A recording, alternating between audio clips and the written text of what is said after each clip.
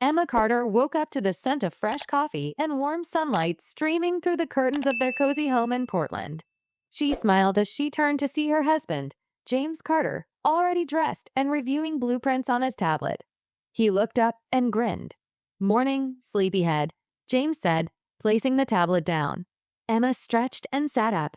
"You're already working? It's Sunday," James chuckled.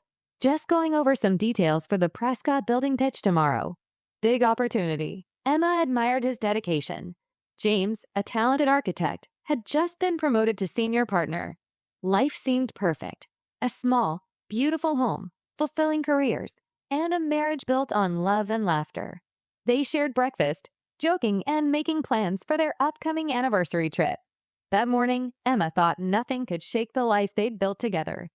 She was wrong. The accident. That evening, as James drove home from the office, it started raining heavily. The visibility was poor, but he was focused.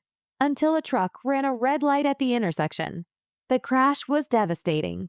Emma received the call in the middle of preparing dinner. She dropped the phone, heart pounding, and rushed to the hospital.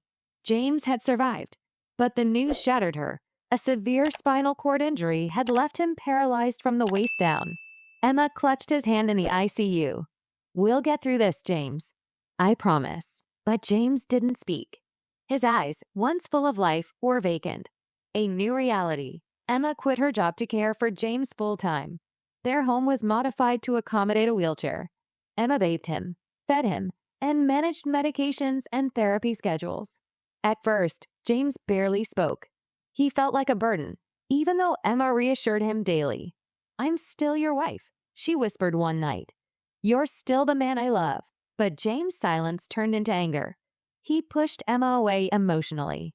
The once affectionate husband became withdrawn, sometimes even cruel.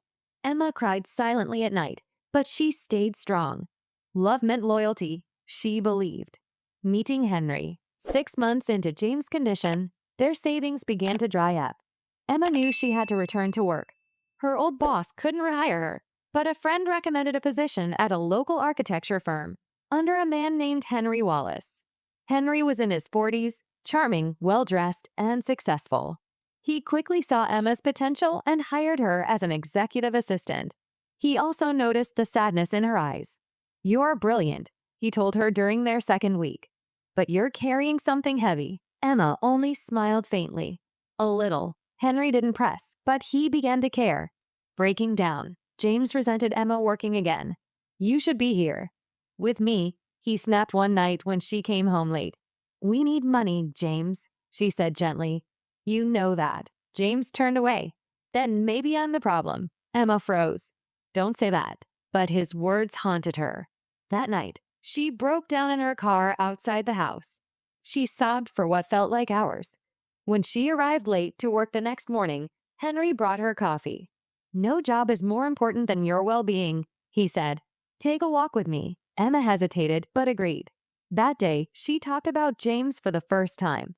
A dangerous line. Emma never meant for things to go further. But over the next few months, Henry became her emotional crutch. He listened, supported her, and never judged. One evening after a late work event, he touched her hand. "If you were mine," he whispered, "I'd never let you feel alone." Emma pulled away. "I'm married," Henry nodded. "To a man who's pushing you away." She didn't reply, but his words lingered. The request. James' sister, Angela, visited often. Unlike Emma, she believed James should be placed in a long-term care facility. "He's not improving," Angela said. "You're wasting your life, Emma." Emma glared. "This is my choice. I won't abandon him." But James heard them arguing. Later, he called Angela privately. "Help me get into the facility," James said. "I want Emma to move on." Angela was shocked. "Are you sure?" "I'm sure." The goodbye. Emma returned home one evening to find James' room empty.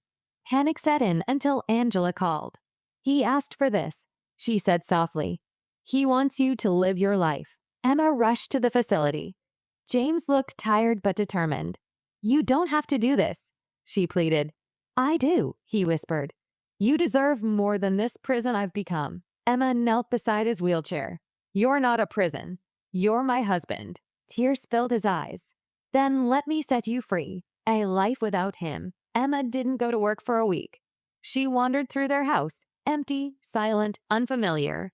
Henry came by with groceries. "I'm sorry," he said.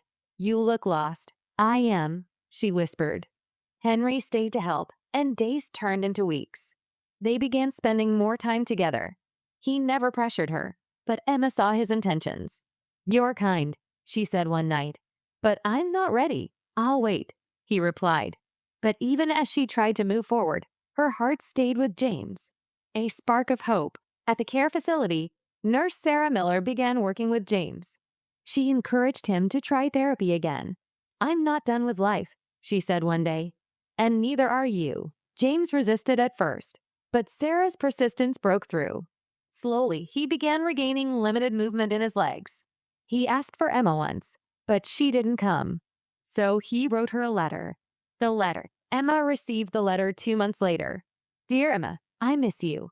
Every breath I take is still tied to the thought of your smile. I never stopped loving you. I just wanted you to be happy. But now, I think I can become a man again, the man you fell in love with. I'm learning to walk. I want to walk to you someday, but only if you'll still have me. Love, James." Emma cried as she finished reading. Her heart knew the answer.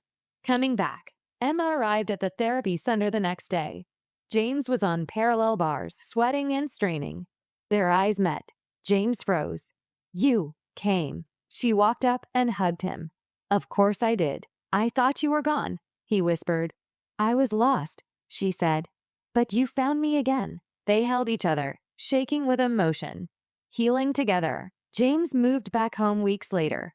Emma reduced her work hours and cared for him again, but this time with renewed hope. He kept progressing. Sarah visited for check-ins, and Henry, though disappointed, understood. "You belong with him," Henry admitted. "It was always him." Emma nodded, grateful. "Thank you for helping me survive." She and James rebuilt their life brick by brick. Anniversary again. A year later, they sat on their porch, sipping wine. "You walked to me today," Emma said, eyes shining. James smiled. "And someday I'll dance with you again." Emma held his hand. "You already gave me everything." They watched the sunset, the pain of the past now a distant memory, just a shadow behind the brilliance of their future.